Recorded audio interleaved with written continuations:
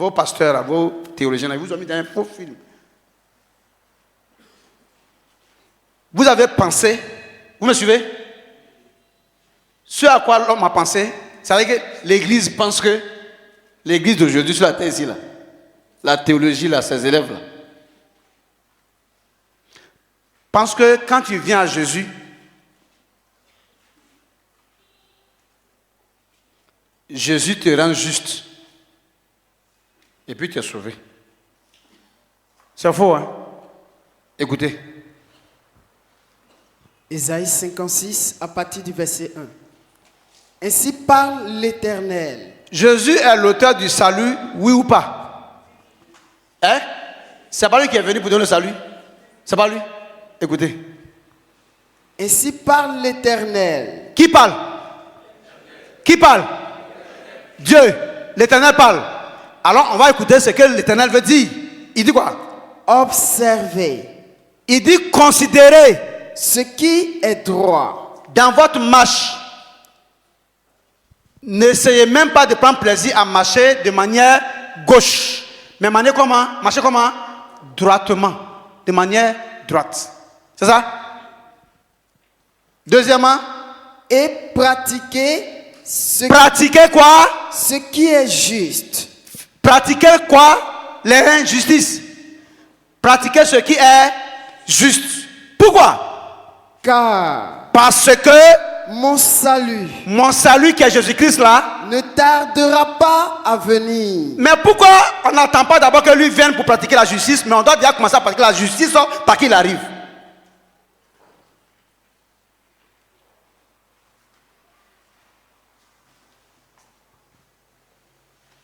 Un peu sérieux. Comment? Bon, d'accord. Bon, on comprend. Une problématique. C'est bizarre, c'est compliqué. Hein? Observez ce qui est droit. Pratiquez la justice, car mon salut ne tardera pas à venir. Donc on nous dit de nous préparer que quand il va venir, après lui, on va faire ça. On dit de commencer à être déjà droit et juste parce qu'il arrive.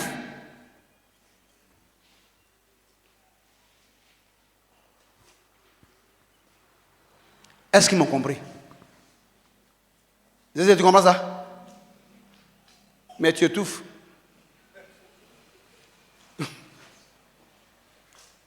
Hein? Tu notes quoi? Allons-y.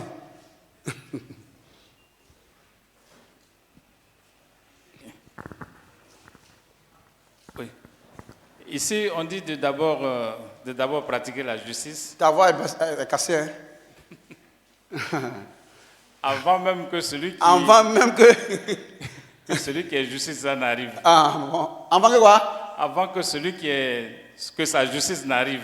Que Dieu, sa justice, n'arrive. Non. Son salut. Non, c'est pas ça, il est sonné. Et c'est pourquoi il a donné la parole là. En fait, il est sonné. Par ça, il n'a jamais vu ça. Quoi qu'il fit, pasteur. Là, il ne sait pas de quoi il s'agit. Il est en train de réfléchir. Quoi? Observez ce qui est droit. Et pratiquez la justice. Car, signifie quoi? Parce que mon salut ne tardera pas à venir. Donc, il ne faut pas qu'il vienne vous trouver dans l'injustice et dans la maladresse. Où est-ce que c'est ça?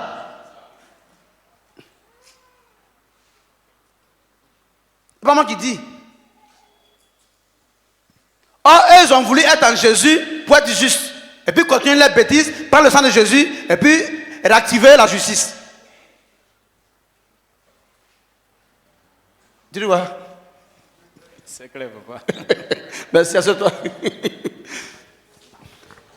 Merci.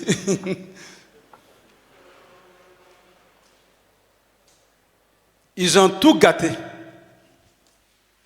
C'est-à-dire, ils vous ont jeté. C'est-à-dire, vous pensez que vous êtes des croyants que vous êtes des chrétiens. Or, en réalité, vous n'êtes pas pris en compte, mais parce que le mode de fonctionnement que vous avez adopté n'a rien à voir avec le mode de fonctionnement arrêté de Dieu. Donc, du coup, vous êtes dans la salle, mais vous ne faites pas partie de la cérémonie. Parce que vous n'êtes pas en uniforme, avec son mode.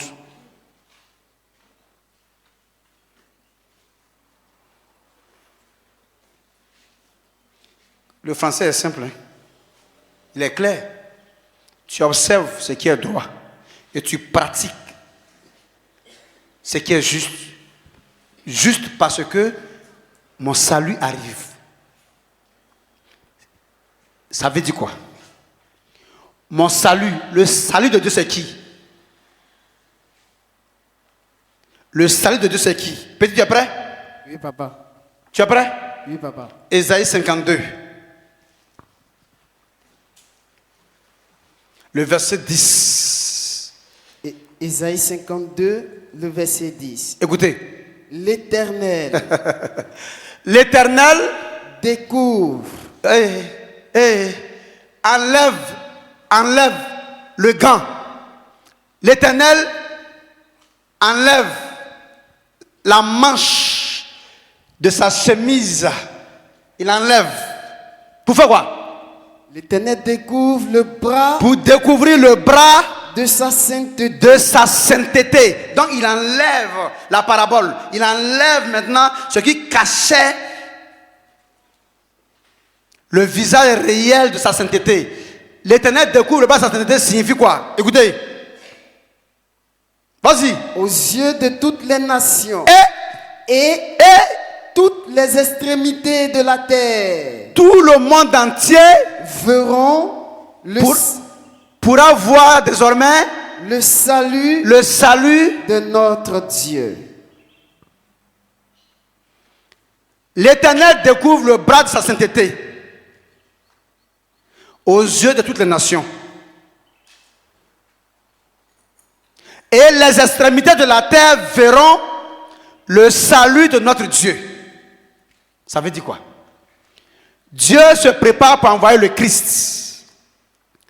En ce moment, quoi? La première venue du Christ. C'est là que le prophète était en train de prophétiser. On se comprend? Maintenant, pendant que Dieu se préparait pour faire venir le Christ, qu'est-ce qui se passe? Il prend soin d'avertir son peuple pour dire, mon Christ arrive et mon Christ, c'est mon salut. Maintenant, en quoi est-ce que le Christ est le salut de Dieu? Écoutez, Hébreux chapitre 10, verset 5. Écoutez ça. Hébreux chapitre 10, verset 5. C'est pourquoi. Quoi? Christ. Et vous entendez? C'est pourquoi ce Christ-là, entrant dans le monde, lorsqu'il entrait dans le monde, il a dit, tu n'as voulu ni sacrifice. Dieu, tu n'as pas voulu de sacrifice des animaux. Ni offrande. Tu n'as pas voulu les offrandes des hommes là.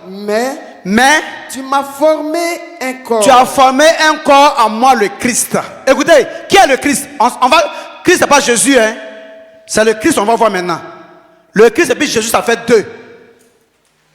Vous m'entendez? Le Christ et puis Jésus, ça fait deux. Christ entrant dans le monde dit, Père, tu n'as voulu ni sacrifice, ni offrande, mais tu m'as formé un corps. C'est le corps là qui est à l'état civil, s'est fait appeler Jésus. Plus maintenant le Christ qui a pris ce corps, ça fait Jésus-Christ. Donc esprit plus corps. Christ plus Jésus. Corps. On est clair? Vous me comprenez? Donc, lui qui entrait dans le monde, ce n'était pas Jésus. Ça, c'est le Christ. Christ entrant dans le monde dit Père. Ce n'est pas Jésus qui parlait là. Mais quand Bartimée l'aveugle voit Jésus passer, voit quelqu'un passer et puis dit Jésus, fils de David, c'est le corps de la personne du Christ qui passe là, qui l'appelle. D'user du pouvoir du Christ qui est dans sa personne là pour ouvrir ses yeux. C'est tellement simple. Hein? Voilà.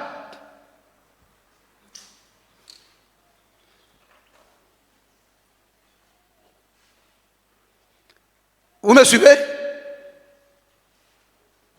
Je dis, Christ, l'Esprit, qui est venu prendre un corps, donc est venu habiter dans un corps, et c'est ce que l'apôtre Jean a appelé. On va arriver. Allons doucement. Donc Christ, qui est venu prendre ce corps-là, ce corps à l'état civil qui porte le prénom Jésus, avec un titre de Christ, ça fait Christ Jésus. Donc, esprit dans un corps. Point. Et ce qui est intéressant, si Christ voulait dire Jésus, c'est qu'il y a eu beaucoup de Jésus-Christ qui sont venus sur la terre. Voilà. Si Christ voulait dire Jésus, là, c'est qu'il y a eu beaucoup de Jésus-Christ. Pourquoi? Parce que Jésus n'était pas le premier Christ. Il y avait eu des Christ avant Jésus lui-même. C'est ça que nous allons voir tout à l'heure dans la Bible. Ce n'est pas une supposition, ni des suppositoires.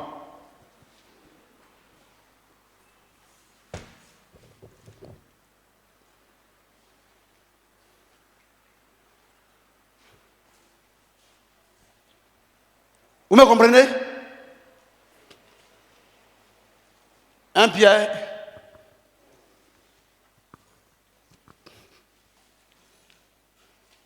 Tu es arrivé? Allons-y. 1 Pierre chapitre 1 à partir du verset 10. Les prophètes. Calme-toi, ils vont noter d'abord. Vous avez pris 1 Pierre 1 verset 10 là. 1 Pierre chapitre 1 le verset 10. On va voir que Jésus n'est pas le premier Christ. Il y a eu des Christ avant Jésus lui-même. Christ ne veut pas dire Jésus. Attention. Il y a eu des Christ avant Jésus. Écoutez, c'est le chef des apôtres de Jésus qui parle, de la part de Jésus lui-même. Il faut lire verset 1 d'abord. 1 Pierre chapitre 1 verset 1. Oui. Pierre, apôtre de Jésus-Christ. Apôtre de Jésus-Christ. Hein? À ceux qui sont étrangers et dispersés dans le pont. Merci. Allons-y. La Galatie. Oui.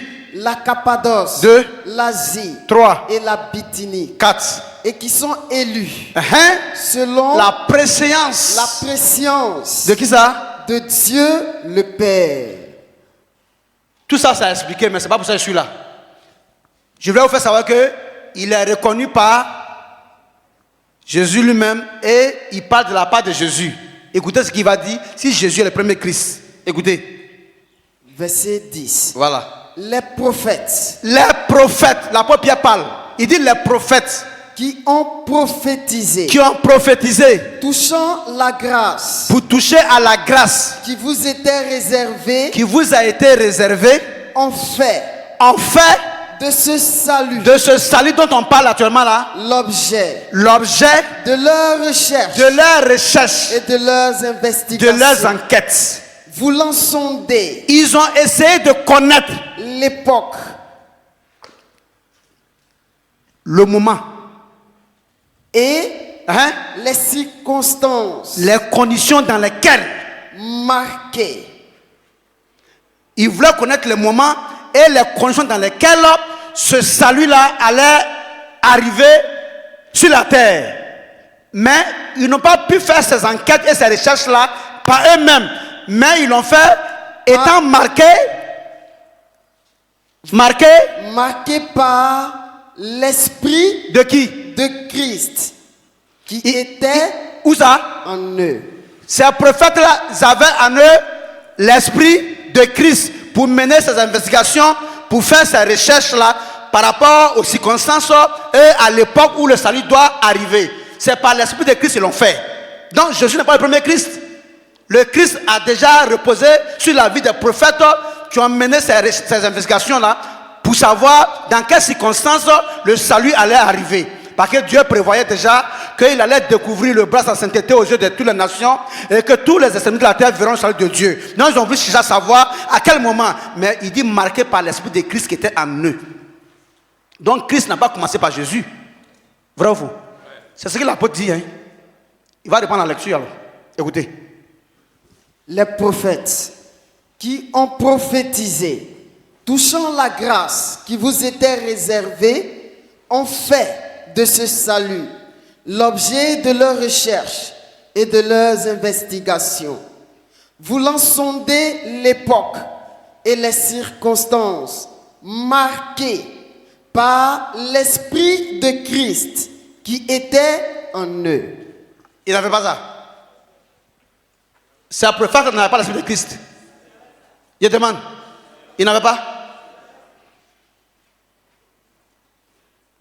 Mais c'est pour autant qu'ils ont été appelés Jésus-Christ. Alors, ça n'a rien à voir avec. Ici, Jésus-Christ signifie que Jésus, lui aussi, il avait l'Esprit de Christ, mais à une dimension plus élevée que la dimension de la mission de ce même Esprit de Christ qui était sur ces prophètes. Dans cette dimension-là, les prophètes avaient seulement un pouvoir de recherche et non d'apporter le salut. Or, dans la dimension de Jésus, le Christ a donné le pouvoir d'apporter maintenant le salut qui était recherché dans la dimension inférieure de ce même Esprit de Christ hier, par les prophètes. C'est simple. On renvoie. C'est nouveau pour eux. Hein? Comment? Hein? Comment? D'accord. Le Christ, je veux savoir, papa. Oui, oui. Qui est le Christ? D'accord. Mais ici, le problème d'abord, c'est quoi? C'est d'abord le côté de savoir qui est Christ là ou bien. Tu dis quelque chose?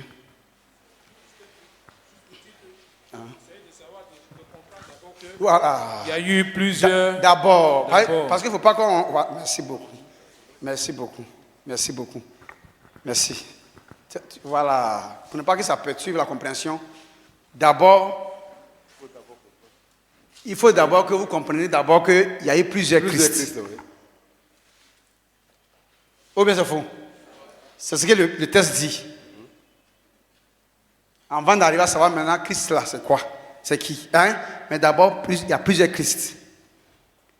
Mais, faites attention à la phrase. Je reprends. Il y a quelque chose que je vais expliquer. 1 Pierre chapitre 1 verset 10. Les prophètes qui ont prophétisé. Donc, ça veut dire que l'Esprit de Christ là était sur qui? Sur ces prophètes-là. Parce que c'est d'eux qu'on parle. Les prophètes qui ont prophétisé là. Touchant la grâce qui vous était... De manière à toucher à la grâce qui vous a été... Qui vous était réservée. Donc, c'est de ces prophètes qu'on parle. Ceux qui ont prophétisé parlant de la grâce que Dieu va vous faire pour vous sauver. On fait de ce salut. Ces prophètes-là ont fait de ce salut l'objet de leurs recherches. L'objet de leurs recherches. Et de leurs investigations. Et de leurs enquêtes. Voulant sonder l'époque. Parce qu'ils voulaient comprendre à quel moment. Et les circonstances. Et dans quelles circonstances. Marquées. Que ce salut allait arriver. Mais toutefois étant marqué. Par l'Esprit. De Christ. Qui était en eux. C'est clair que c'était en eux. Donc, le Christ n'a pas commencé à être d'abord avec Jésus, mais il a été déjà avec les prophètes. Mais dans une dimension donnée par rapport à la mission assignée par Dieu lui-même à ses prophètes. Ça là, que c'est d'abord clair. Hein? Léon, ça va? On comprend? Mais oui, on va venir. On comprend. C'est-à-dire, ici, moi, je comprends. Que... La définition de Christ arrive. C'est là-bas on voit même. C'est-à-dire... On veut d'abord dégager Jésus de Christ d'abord. Voilà. Allons-y. C'est-à-dire qu'on dit qu'il y a eu plusieurs Christ. C'est-à-dire, moi, je comprends que Christ est revenu plusieurs fois. Soit sur les prophètes, jusqu'à même sur Jésus même. Sur Jésus lui-même aussi, le Messie. Voilà. C'est-à-dire, mais sauf que la mission qu'il avait était différente. Sur les prophètes était différente de la mission qu'il a eue sur Jésus. Donc, penser que Christ veut dire Jésus, c'est pas vrai. Sinon, il va y avoir plus de Jésus, Christ. On est d'accord? Oui. Voilà ce que d'abord je veux qu'on comprenne.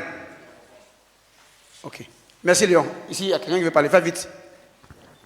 On finit, on finit. Voilà, merci. Donne-le, donne-le.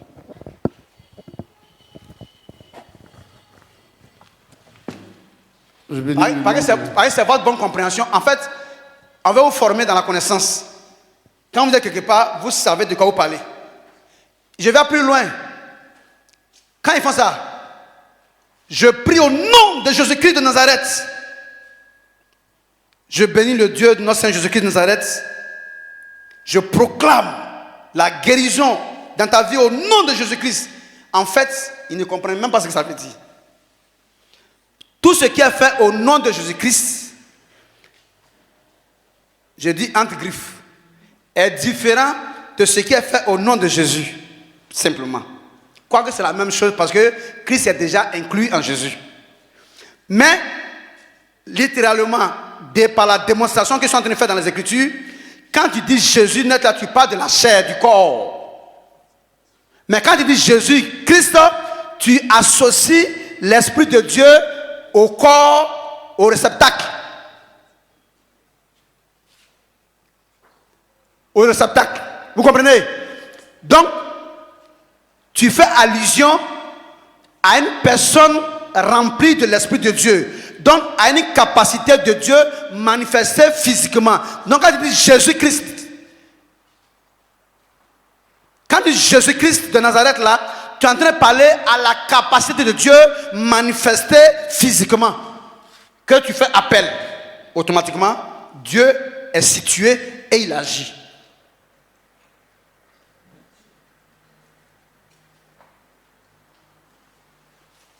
Vous voyez? Donc, ce qui fait que ce n'est pas le nom Jésus simplement. Ce n'est pas ça d'abord. Ce n'est pas parce que tu as dit Jésus qu'il a une manifestation, hein, mais ce que tu as dit là, dans le monde des esprits là, donne droit à une exécution parce que l'esprit est reconnu déjà qu'il a été déjà matérialisé de façon à extérioriser son pouvoir. Donc Jésus-Christ, c'est le pouvoir spirituel matérialisé, le pouvoir spirituel extériorisé. Alors Dieu actionne. En même temps, c'est un nom et un titre pour la personne indiquée même de Jésus. On va arriver. Ta compréhension ici pour l'autre côté. Alors, papa, tout à l'heure, le frère a dit que selon ce qu'il comprend, c'est que Jésus est revenu par plusieurs fois. Non, Jésus n'est pas revenu par plusieurs fois. Allons-y. Jésus a existé, mais dans le corps de certains prophètes. Non, pas Jésus. Pas Jésus. Non, le Christ, pardon. Voilà. Le Christ a existé dans le corps de certains, Merci. Le corps de certains prophètes. Une mission bien donnée. Merci. Alors, donc, quand tu dis que Jésus est revenu par plusieurs fois. Il n'a pas dit ça. Qu'est-ce qu'il a dit? Qu'est-ce que tu as dit? Il a dit Christ. Il dit Christ. Non, il dit comprend que Christ est revenu par plusieurs fois. Ok, voilà. Il a dit que Christ est revenu. Tu as dit quoi? Ouais. Je suis Christ. Alors, voilà. Christ est revenu plusieurs fois. Voilà. Et lui, je ne suis pas d'accord. Voilà, lui il n'est pas d'accord. Jésus. Non, il a compris maintenant que tu as dit Christ. Ouais, Christ. Mais il n'est pas d'accord. Allons-y. Je ne suis pas d'accord sur son groupe de mots qui dit que Christ est revenu plusieurs fois. Merci. Christ a existé avant la première venue. Christ a existé avant que le même Christ là ne vienne maintenant dans une sphère hautement supérieure. C'est ça. Et pour consacrer justement la volonté de Dieu. Voilà. Donc c'est ce que je voulais dire. Merci, mais je vais revenir pour vous aider, que vous êtes dans la même logique, sauf que c'est juste un jeu de mots.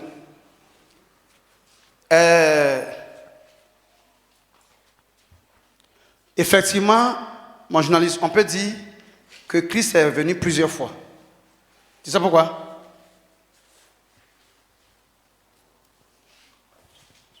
Vous me suivez? Suivez-moi, hein? Là où ta fils. Où est l'autre micro?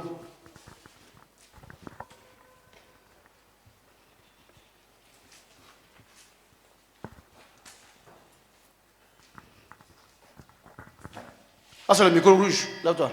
Ah, c'est le micro rouge. Ah, c'est le micro jaune. Merci. Ça fait combien de fois de donner le micro jaune? 2 fois. Combien de fois? Et le micro rouge? Donc, ce micro a été donné combien de... De quelle manière? Plusieurs fois. Donc, à partir du moment où Christ a été à ce prophète, il a été à ce prophète, il est venu à Jésus, il est venu plusieurs fois. Allons-y. Allons-y. Il ne serait pas venu plusieurs fois quand il s'agira de la même mission. Mais quand il s'agira du même esprit, on dit quoi? Plus qu'il y a plus... Hein? Tu es d'accord? Merci. Plus qu'il y a plusieurs prophètes qui l'ont reçu à chaque... Plus qu'ils ne viennent pas ensemble comme ça aussi également.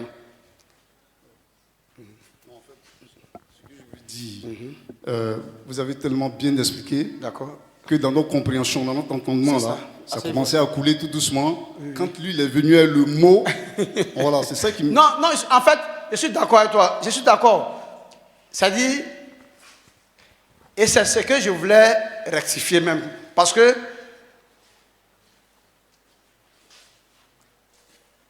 faut pas que l'on... En fait, tu crains que l'on retienne que Jésus-Christ est plusieurs fois venu. Voilà ta pensée. Voilà. Tu comprends? Effectivement, c'est pourquoi tu dis que j'ai tellement bien expliqué que tu ne voulais pas que ça la vienne donner encore une autre compréhension. Je suis d'accord avec toi. Aussi, quoi que je sois d'accord, parce que ça, c'est pour protéger l'œuvre de la part de Dieu, mais on ne peut pas s'empêcher de leur expliquer ce que c'est réellement aussi. C'est que cet esprit de Christ-là est venu plusieurs fois par plusieurs prophètes.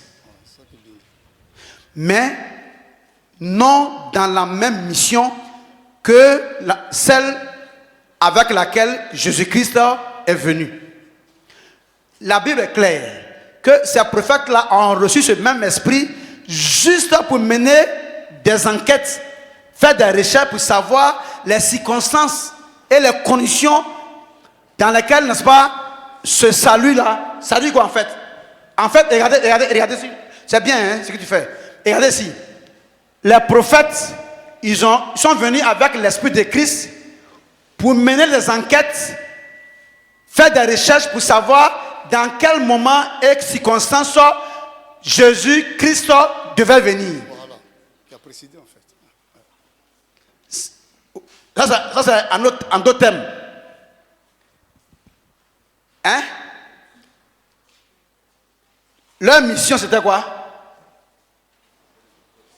C'était des enquêtes par le même esprit de Christ. Or, la mission de Jésus par le même esprit, c'était quoi? Le salut.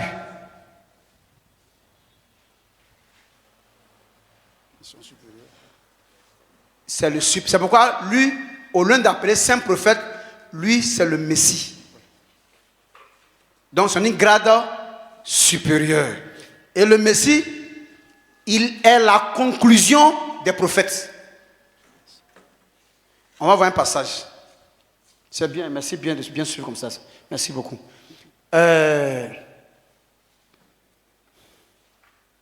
Apocalypse.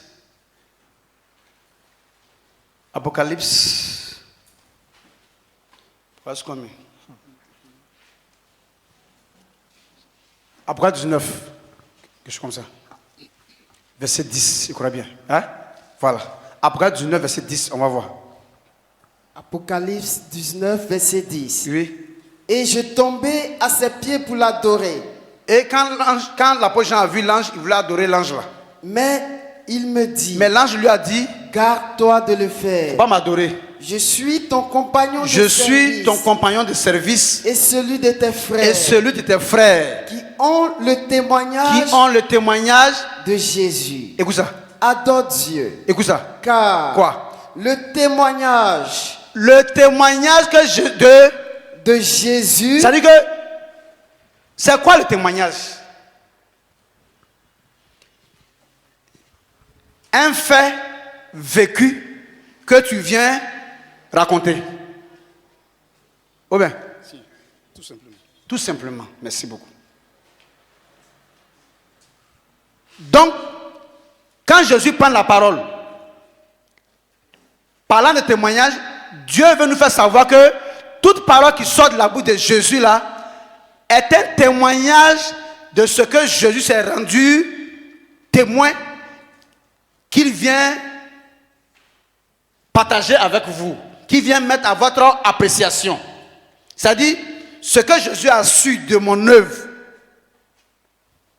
avec certitude là, c'est de cela qu'il vient témoigner devant vous à travers son évangile. Donc l'évangile de Jésus est le témoignage que Jésus rend de ce que Dieu a toujours été pour l'homme. Donc ici, on peut noter que l'évangile signifie témoignage de Jésus de ce qu'il sait de Dieu par rapport aux êtres humains. Donc si tu veux t'en sortir par rapport à Dieu, il te suffit seulement de considérer le témoignage de celui qui sait mieux qui est Dieu et qui a témoigné de ce que Dieu est, de comment Dieu fonctionne, et puis tu vas t'en sortir si tu n'as pas de problème. En cela, il devient quoi? Le chemin qui mène à la vie.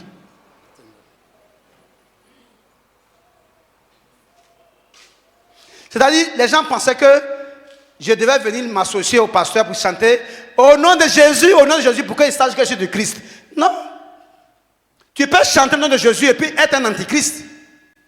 Pourquoi? Parce que quand ce que Jésus est, tu as du mal à ressortir pour que l'homme puisse considérer pour son salut, mais c'est toi l'antéchrist. Parce que là, ça veut dire que tu viens comme un antidote par rapport à la molécule que Dieu a fournie à Jésus-Christ pour le salut, pour la guérison des âmes. Donc il faut suivre la personne dans qu'est-ce qu'il recherche à travers ce Jésus-là. Jésus disait, ce n'est pas ceux qui me diront Seigneur, Seigneur, mais celui-là, ceux qui va faire la volonté. Donc nous mettons l'accent sur la volonté et puis amusez-vous avec le nom là pour pouvoir manger par vos dons là, des miracles là. Mais après, sachez que pour qui vous accueille là, c'est la volonté de Dieu qui va vous départager.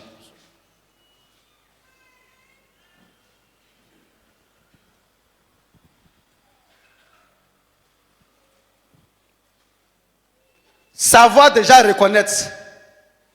La Bible dit que qui est le menteur? Qui est l'antéchrist? Celui qui nie le Père et le Fils. Car celui qui n'a pas le Fils n'a pas également le Père. Celui qui n'a pas le Fils n'a pas aussi le Père et il n'a pas le Père aussi. Donc ça signifie que si tu reconnais Jésus comme étant le Fils que Dieu a envoyé, comme étant la parole qui s'est faite chair, qui s'est matérialisée, si tu reconnais Jésus comme portant en son sein l'esprit qui est la parole, l'esprit qui est la parole, c'est là on va arriver tout à l'heure. Si tu reconnais, alors cette parole qui est son esprit là, ce n'est pas le nom de cette parole qui t'intéresse maintenant, c'est comment tu vas pratiquer cette parole, parce qu'on ne pratique pas un nom, on pratique une parole. Donc votre Jésus-Christ qui sauve là, c'est le nom là, mais c'est la parole là. Parce que l'apôtre Pierre a tellement compris, avec ses amis, il a dit à Jésus, quand il dit, mais ils s'en vont, et vous aussi vous n'irez pas avec eux. Pierre demande à Jésus, mais toi-même Seigneur, dis-nous, à qui veux-tu que nous irons encore? Nous allons plutôt. À qui veux-tu, vers qui veux-tu que nous allons à nouveau? À qui irons-nous? Pourquoi? Jésus dit, mais il y a quel problème? Il dit, mais tu as les paroles de la vie. Tu as les paroles qui donnent la vie. Donc nous là, on n'a pas besoin de ton sang à la croix. Nous là, on n'a pas besoin, n'est-ce pas, d'invoquer ton sang sur nos vies pour avoir la vie. C'est ta parole qui sauve. C'est ta parole qui donne la vie. C'est cette parole-là. Vous laissez la parole-là, vous accrochez sur le nom de Jésus, sur le sang de Jésus, des bêtises et des fuyards. C'est une fuite.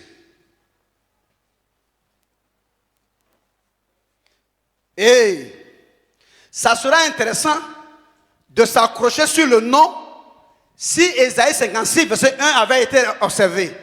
Il dit, observez ce qui est droit, pratiquez la justice, car mon salut arrive. Là, maintenant, si vous prenez le nom de mon salut maintenant, après que vous avez observé ce qui est droit et pratiqué la justice, je vais vous embrasser. Mais vous me faites fi de la justice et de la droiture en comptant sur le nom de Jésus et son sang. Vous êtes hors plaque. C'est vous qui pensez que vous êtes avec Dieu.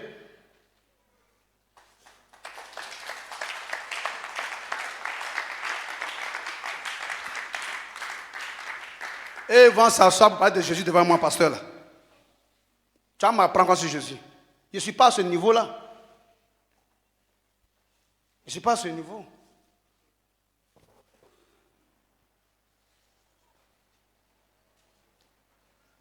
Mais là, ici, il y a un piège. Il y a un piège, fils, il y a un piège. C'est bizarre de trouver des pécheurs qui ont besoin d'être sauvés. C'est bizarre de les trouver et leur demander d'être juste parce que toi tu arrives. Qui arrive? Il dit le salut. Le salut c'est qui? Jésus-Christ. Jésus-Christ le salut. D'accord. Jésus déjà on voit ici, il dit en Hébreux 10:5, Christ entrant dans le monde dit, Père, tu n'as voulu ni sacrifice, ni offrande, tu m'as formé un corps. Donc du coup, le corps de sacrifice, comme on fait chez le féticheur, le corps de sacrifice des animaux qui sont sacrifiés chez Moïse là-bas, n'ont pas été pris en compte par Dieu. Il a voulu plutôt un corps saint par un esprit de sainteté au sein de ce corps. Donc, l'Esprit Saint qui est Christ là, va venir prendre un corps pour sanctifier ce corps. Et Jésus dira, comment pouvez-vous dire à celui à qui Dieu a sanctifié et envoyé dans le monde qu'il blasphème? Donc l'Esprit de Dieu, qui est un esprit de sainteté, a déjà arrosé ce corps de Jésus là de sa sainteté.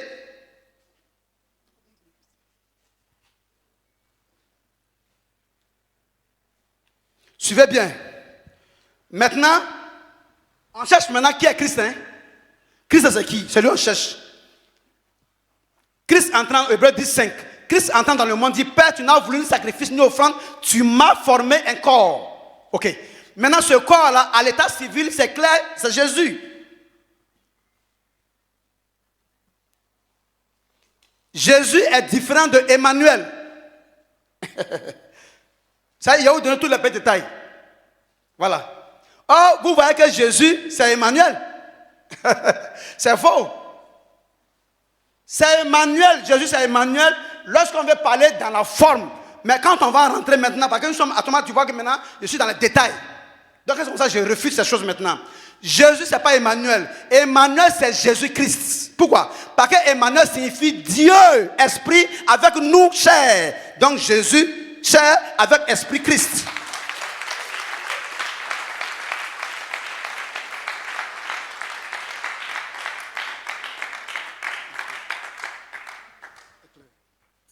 Il ne m'apprennent rien là. C'est pas lui qui parle de Jésus là. Est-ce que tu écoutes mes messages d'abord? C'est pas Zungana qui parle de Jésus. Est-ce que tu écoutes mes messages là? Ou bien tu m'écoutes en sénifo, ou bien tu m'écoutes en quoi? Moi je parle en français.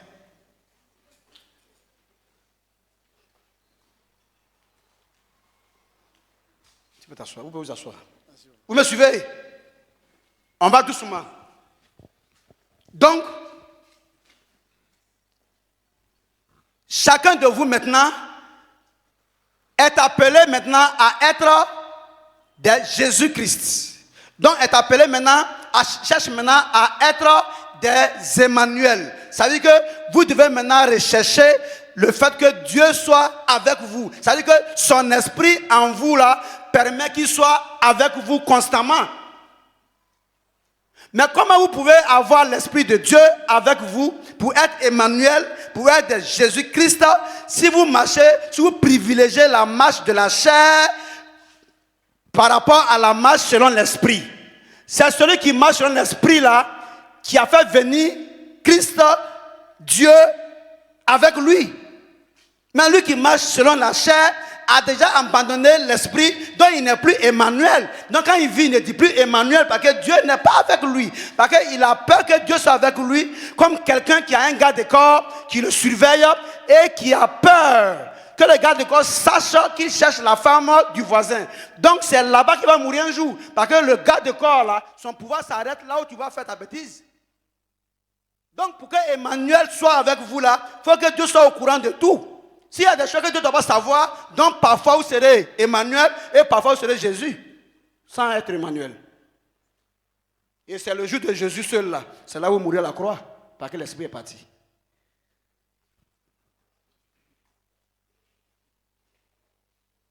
Et la mort de la croix est le salaire de ce que vous avez fait. Mais pourquoi lui il a payé ça? Parce que Dieu a fait retomber sur lui l'iniquité de nous tous. Là, pour lui, c'était à raison. Mais toi, ta croix, ce sera pourquoi? Puisque qu'est-ce que tu fais ne m'est plus. Il est impossible que ceux qui ont goûté le don de Dieu, la bonne parole, les miracles du siècle à venir, qui ont déjà été sauvés, viennent à tomber et puissent se relever encore. Parce qu'il crucifie pour leur part le Fils de l'homme et il expose à l'ignominie des Écritures. Que l'on ne dise pas ce que ceux qui se disent être en Christ font en secret. Car, dit-il, c'est à cause de vous que le nom de Christ est blasphémé. C'est pourquoi il lance cet appel. Sortez du milieu de ceux qui ne sont pas des Emmanuel. Séparez-vous d'eux. Ne touchez pas aux choses impures auxquelles ils touchent. Et moi, Dieu, je vous accueillerai. Et si je vous accueille en vous embrassant, vous devenez Jésus et moi, votre Christ, vous serez appelé Emmanuel.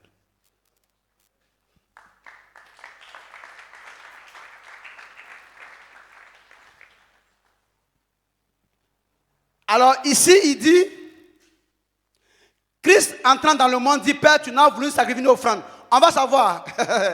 Charlie, petit, là, suis bien. Tu veux savoir, hein? Christ c'est qui?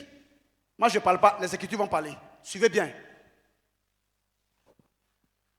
Christ entrant dans le monde dit, Père, tu n'as voulu ni sacrifice, ni offrande. Hébreux 10, 5.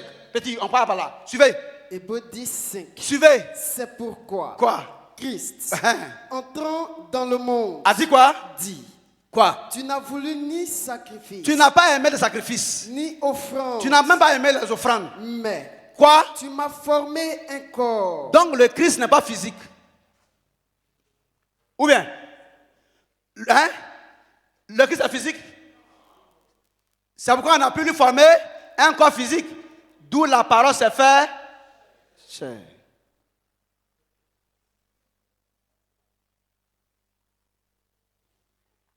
On va doucement à la recherche de Christ. C'est qui? Tu m'as formé un corps. Écoutez la suite. Tu n'as agréé Tu n'as pas aimé. ni holocauste, Je reprends. Ni holocauste. ni sacrifice, Ni sacrifice. pour le péché. Tu n'as pas aimé les sacrifices ni les holocaustes par rapport au péché. Ce n'est pas ce que tu as choisi pour éponger le péché. Mais quoi? Alors, Oh non, non, non, non, non. Attention. Il y a autre chose ici. Il y a autre chose ici de grave. De plus grave même. Il y a autre chose de très grave encore ici. Il y a autre chose. Attention. Dieu est unique. Dieu ne se contredit pas. Dieu est fidèle à sa parole. Dieu ne change pas. Jacques dit, les dons magnifiques, extraordinaires que nous recevons de Dieu, le Père des Lumières, de qui chez qui il ne se trouve aucune ombre de variation. Pas de changement également.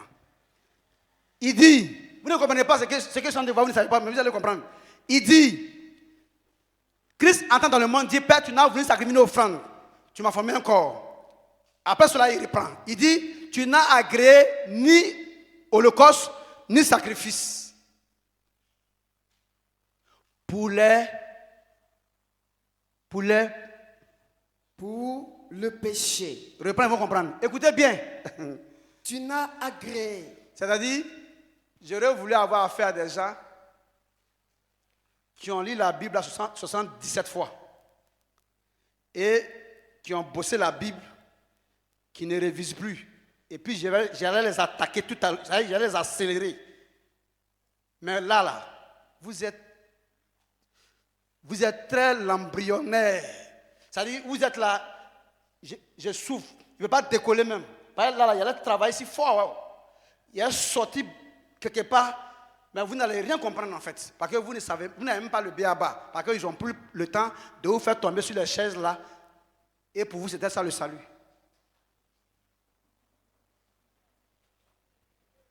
Donc, je suis obligé de vous amener d'abord dans l'alphabet. Et puis maintenant, donc ce qui fait qu'il y a des choses que je ne pourrais pas. Allons-y quand même. Je vais me débrouiller un peu ici pour vous aider. C'est dommage. Il dit, tu n'as agréé. Tu n'as agréé. Verset combien? Verset 6. Hébreux 10, 6. Écoutez. Tu n'as agréé. Écoutez le français là. Ni Écoutez le français. Il dit quoi? holocauste. Tu n'as agréé signifie quoi? Donc tu n'as pas accepté. Quoi? Ni holocauste. Pas d'holocauste. Ni sacrifice. Pour quelle chose? Pour le péché. Je vous demande, Dieu n'a pas accepté le sacrifice, les offrandes, les holocaustes là. Il a refusé ça par rapport à quoi? Par rapport à quoi? Maintenant, est-ce que vous comprenez le français qui est ici là? Le français là dit que Dieu n'a pas trouvé de solution pour le péché dans les sacrifices, les holocaustes et les offrandes. C'est pas ce que ça veut dire. Mais quand on dit que tu n'as pas accepté, ça veut dire quoi? C'est pas ce que tu as choisi pour régler le problème du péché, ou bien ça, vous êtes taré, on ne se comprend pas. Vous me répondez. Alors, quand je parle, c'est une conversation, je vous pose une question, vous répondez. Quand je n'ai pas posé de question, vous me suivez, c'est normal. Mais quand je vous pose une question, vous me répondez là. Pas forcément par oui, mais vous donnez une réponse. Bon, ça ne soit pas comme des clowns. On parle. Parce qu'il faut que vous compreniez ce qu'il est dit. Parce que je ne suis pas venu en train de me faire voir. Je suis en train de vous enseigner. Donc quand je pose une question, vous répondez, sinon je tombe sur vous. Sarognard. Ne me provoque pas. Hein. Ils sont en train de... Vous pouvez payer ça là.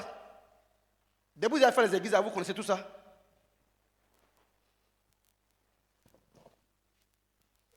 Oui.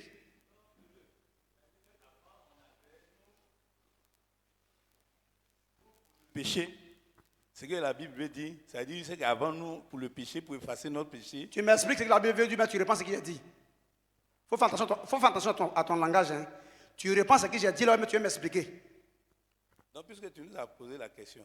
Je te demande, c'est ce que j'ai dit que tu veux me faire comprendre ce que tu as retenu ou bien tu m'expliques ce que ça veut dire? Non, ce que je comprends. Quoi. De toi-même ou bien de ce que j'ai dit? Ce que tu as dit, c'est ce que moi je comprends. C'est comme ça? Donc tu t'exprimes bien. Parce que quand tu dis ouais, que ce que la Bible dit là, on ne sait pas de quoi tu parles. Ou bien c'est faux? Donc, moi, ce que je comprends. Dans ce que j'ai dit là. Dans ce que la Bible a dit là. Non. Dans ce que tu as dit. Dans l'explication que j'ai donnée du test là. Oui. C'est ça? Oui, oui. Tu as compris quoi? Bon, moi j'ai compris. J'ai posé une question. C'est ma question, tu veux répondre. À ma question, tu veux répondre. Je te pose la question. C'est ma question, tu veux répondre, non? Si c'est ça, je reformule ou bien c'est une question autre. Non, ce n'est pas une question autre. C'est ma question? Oui. Voici ma question. Il dit, tu n'as agréé ni offrande, ni sacrifice, ni holocauste pour le péché. Je dis donc, ça veut dire que par rapport à la solution du péché là, Dieu n'a pas accepté les sacrifices, les offrandes et les holocaustes. Il n'a pas choisi les sacrifices là comme solution du péché. Est-ce que ça vous avez compris? Oui, oui. Tu as compris? Oui. Tu as quelque chose d'autre à dire? Non, non, j'ai compris. Donc tu t'assois et puis tu écoutes. Okay. On continue? Vous me suivez? Voilà. Tu n'as agréé ni sacrifice ni offrande. Parce que vous là, vous êtes bêtes. Quand on vous donne l'occasion d'échanger avec l'homme de Dieu, vous devenez fou. Vous prenez le micro, vous rencontrez, c'est-à-dire que vous parlez comme si vous étiez en train de parler à titre personnel ou bien vous étiez en train d'apporter quelque chose dans ce que l'homme de Dieu a dit, parce que simplement, il vous a donné l'occasion de collaborer dans la chose. Alors ça c'est mauvais, qu'on le fasse. Et c'est pas si on se comprend. Quand on te donne la parole, si c'est une question, quand tu te lèves, tu dis, c'est pour répondre à la question, ou alors j'ai une question à poser pour bien comprendre ce que tu veux dire. Donc, tout le monde est situé. Vrai ou faux? Maintenant, quand c'est pour reprendre ce que tu as dit, pour vérifier ma bonne compréhension de ce que tu as dit, ça aussi là, je m'exprime de façon à ce qu'on sache que c'est d'après ce que tu as parlé là, je voulais parler pour que tu comprennes, tu vois si c'est ce que tu as dit, si c'est ce que tu as voulu me faire comprendre que j'ai compris.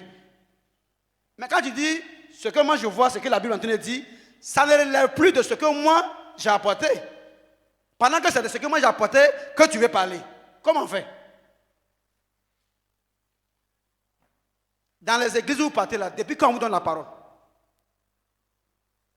On vous prend comme des boucs, des cabris, on ferme la bouche, on parle, vous ne répondez pas aussi, on ne vérifie même pas pour savoir est-ce que vous avez bien compris ce qu'on a dit ou bien pas. Mais moi je vous donne l'occasion et vous commencez, vous rentrez dans la brousse. Ce que je suis en train de faire là, ça vous fait mûrir, ça vous fait grandir, ça vous permet de vérifier votre compréhension. Où est-ce qu'il y a mauvais dedans? Mais si vous me provoquez, je vais vous attaquer. Parce que aussi, même si vous ne savez pas faire, vous allez faire. Voilà, ça veut dire que tu ne peux pas dire que donc c'est comme ça maintenant, tu vas parler forcé. C'est comme ça. Mais jusqu'à ce que ça soit normal. Parce que ce n'est pas église, c'est un centre de mission de la parole révélée. Je suis venu pour vous former dans la connaissance. Pour que partout, vous allez vous trouver là, pour vous défendre vous-même sans tromper quelqu'un aussi. Parce qu'il ne faut pas parler pour ce qui n'est pas ce que tu devais dire et puis tu vas le perdre aussi. Voilà ça. Donc, il faut savoir apprendre à prendre la parole dans le public. Ça veut dire que quand quelqu'un parle avec toi, si ce sont ces dits que tu veux reprendre, il faut le mettre à l'honneur. Ça, c'est un lieu d'apprentissage. Quand vous faites ça ailleurs, vous allez voir que vous serez félicité et les gens vont tenir compte de vous parce que vous êtes sage. Mais si lui, il a parlé et que ça t'a servi, mais tu te sers de ce que lui t'a donné pour te faire un nom, c'est la dernière fois qu'il va collaborer avec toi. Ici, là, je vous apprends tout en fait. Mais seulement ne me provoque pas, c'est tout. Voilà, si tu me provoques, je te traite comme Photoshop. Donc, tu ne peux pas dire que maintenant il ne parle pas, tu vas parler comme ça. Mais seulement il faut savoir comment tu vas parler, c'est tout. C'est ça, les gens demandent, c'est un camp là. Vous pouvez donner le nom que vous voulez. Voilà. Mais tout se fait ici. Clair? Non? Ce que j'ai fait là, c'est bon. Je donne l'occasion à chacun. Ça te fait grandir. Mais il ne faut pas décourager la personne. Ok. Donc je commence. Christ, entrant dans le monde, dit, tu n'as voulu nous sacrifier une offrande, tu m'as formé un corps. Il revient pour dire,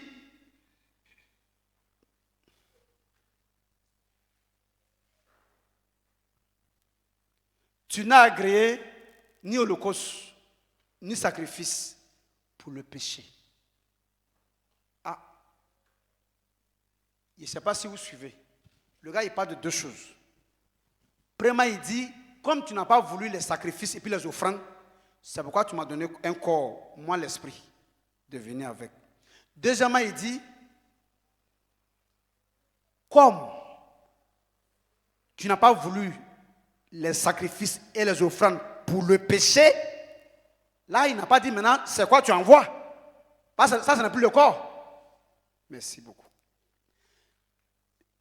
Faites attention, hein? Je vais vous envoyer dans la profondeur maintenant. Premièrement, tu prenais des corps, le corps des animaux, en sacrifice pour le pardon des péchés au temps de Moïse. Mais tu as vu que ça ne peut pas régler le problème, parce qu'un animal ne peut pas régler le problème d'un homme qui est supérieur à lui. Donc c'est normal. Il faut un homme pour régler le problème d'un homme. Or là encore, il y a un problème. C'est que l'homme est pécheur. Comment il peut régler le problème de son ami pécheur? Donc il faut maintenant un autre homme qui sera au-dessus maintenant du péché, dont maintenant il va donner l'esprit de sainteté, qui va sanctifier son corps pour le mettre à part des autres corps des hommes là, pour que lui puisse maintenant être en mesure d'être sacrifié pour eux. Il y a 3 étapes. Il y a l'animal qui est sacrifié pour l'homme. Il n'est pas à son niveau, donc ça ne marche pas. On prend un homme pour le sacrifier pour un homme. C'est un péché comme lui, il ne peut pas régler son problème. Donc, Christ vient prendre un corps pour séparer cette personne-là des autres personnes. Là, quand lui vient maintenant, ce n'est plus un homme naturel qui vient maintenant être sacrifié pour un homme naturel comme lui dans le péché. En est clair? Merci beaucoup. C'est bien ça. Donc, il faut chercher d'abord à savoir pourquoi. Il y a quoi? Ok. Il y a quelqu'un il s'est nommé Samsung Hotel. Il dit l'exégèse pure du nom Jésus-Christ, selon la Bible. Merci. Que Dieu vous bénisse, prophète Zungrana. AS, je ne sais pas ce que ça signifie AS, mais ok, voilà. Merci. Que Dieu le bénisse également. Amen. C'est bien. Je parle selon les Écritures. Ce n'est pas une invention personnelle. Non, toute personne réfléchit qui me suit, forcément est à l'aise actuellement parce que c'est de grandes démonstrations de la parole même. De la parole. On en parle bien. Depuis là-bas, ils savent. Suivez bien. Quand on parle d'exégèse, ça veut dire quoi? Vous voyez le fond du test. Vous voyez comment on rentre? Hein? Dans le livre même. Suivez-moi bien, hein? Vous allez comprendre quelque chose. Je veux que vous compreniez. Je veux pas vous mélanger, c'est ça. Suivez-moi encore. Il y a deux tableaux. Il y a deux tableaux. Vous ne comprenez pas. Vous n'avez pas compris. Il y a deux tableaux. Qu'est-ce que je fais ici, les enfants là? Venez ici, mamie. Venez. Vous n'avez pas compris. Ce que je vais dire maintenant là. Je vais être un peu plus clair. Parce que les années passées là, je n'expliquais pas encore clairement. Je vous ai dit que cette année 2024 là, je vais être un peu plus clair avec vous. Je vous ai dit ça. Voilà. Donc, je vais expliquer un peu les choses. Ils se sont trompés, s'amusent, hein? Suivez. Partez-vous. Vous me suivez?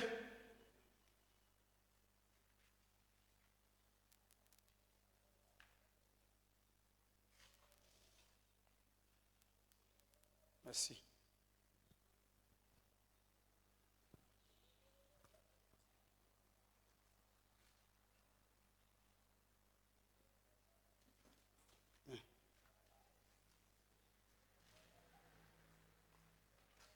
Un peu seulement.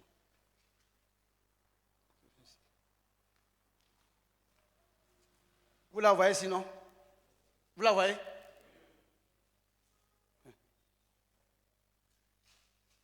Vous la voyez?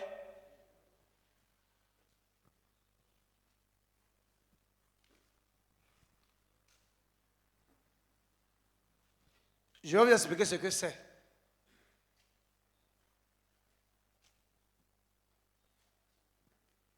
Ici, dans le test, Christ n'est pas venu 2 fois, mais il est venu une fois dans le test ici avec 2 missions.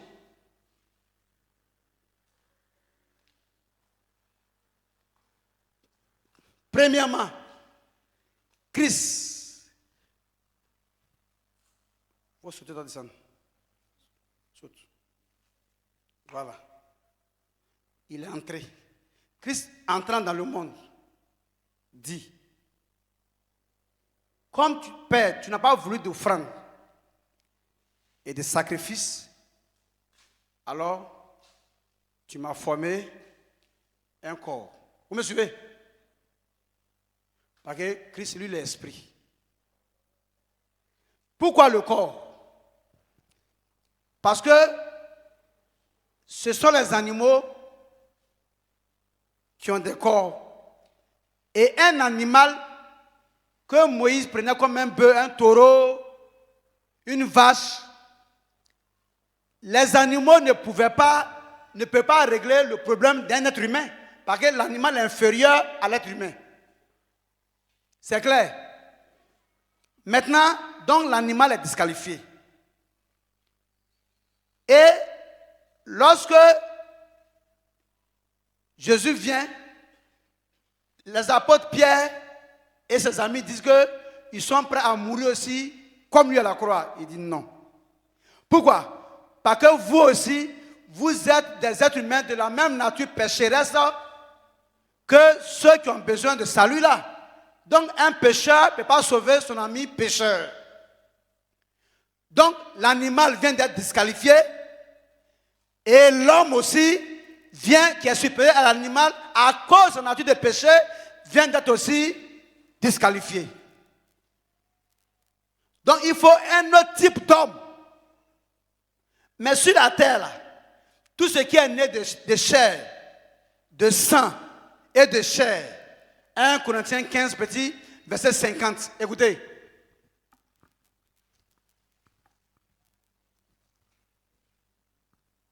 « 1 Corinthiens 15, verset 50. Ce que je dis, frère, C'est quoi? c'est que Quoi? la chair Et et le sang ne peuvent, ne peuvent hériter le royaume de Dieu. c'est-à-dire Et que quoi? la corruption n'hérite pas l'incorruptibilité. Donc, ce qui est né de chair et de sang ne peut pas faire l'affaire de Dieu. Ne peut pas participer à la chose de Dieu. Donc, quand on enlève les animaux, à part Jésus, qui était le précurseur de l'Esprit Saint, donc le premier à porter en lui le Saint-Esprit, qui avait l'Esprit Saint sur la terre? Les apôtres ont eu l'Esprit à la Pentecôte. Ou est-ce faux? Donc si avant la Pentecôte, les apôtres mouraient pour quelqu'un, ça servait à quoi? Donc quand on enlève les animaux parce qu'ils sont inférieurs à l'homme, on enlève l'être humain aussi parce qu'il n'a pas la sainteté, il a aussi péché comme celui pour qui il veut mourir. Donc l'animal est disqualifié, l'être humain est disqualifié. Donc c'est pourquoi maintenant Christ va entrer dans le monde pour prendre un corps maintenant qui va être sanctifié par lui maintenant, et ce corps sera un corps mis à part pour cette œuvre de salut maintenant. Pour cette œuvre sacrificielle. On ne comprend pas? On ne me suit pas? L'animal ne peut pas régler le problème d'un homme. De homme à homme, c'est à partir de la Pentecôte que les hommes ont reçu l'Esprit. Donc avant la Pentecôte là, eux ils meurent là pour régler le problème de qui? Avec quoi? Tu as péché et tu as réglé le problème d'un pécheur, tu as disqualifié. Donc du coup ici, ce qui te rend capable de régler le problème c'est quoi?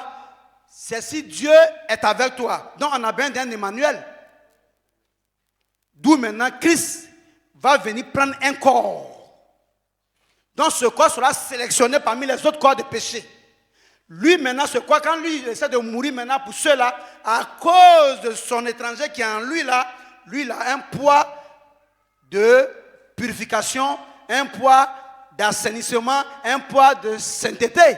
Ou bien c'est faux? Donc, ici d'abord, en fait, pourquoi je tourne là? Je voulais déjà vous faire savoir pourquoi l'animal a été disqualifié. Parce qu'il est inférieur à l'homme. Pourquoi l'homme, un autre homme n'a pas été pris? Parce qu'il est de la même nature de péché. Donc maintenant, il faut un autre type d'homme. Mais il va naître d'où? De qui? Du même sang et chair là? Non. Donc c'est l'esprit maintenant qui va venir maintenant faire ce type d'homme là nouveau. C'est-à-dire que celui avec qui Dieu est maintenant.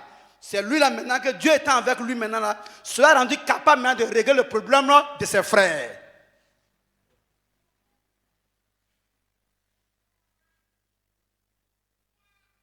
Donc lui devient un grand frère. Et puis les autres frères, dans la chair sans l'esprit, qui fait de lui grand là, et deviennent les petits frères. Hébreux chapitre 2, le verset 11.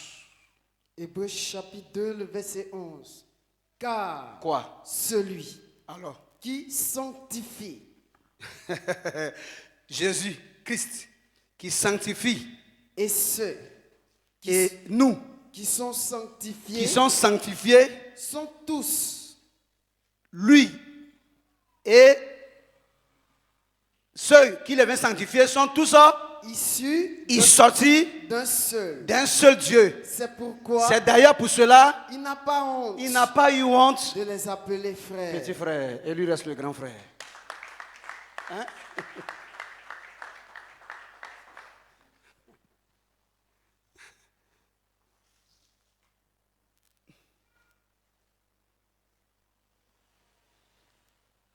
Vous êtes en train de comprendre dans les détails, hein?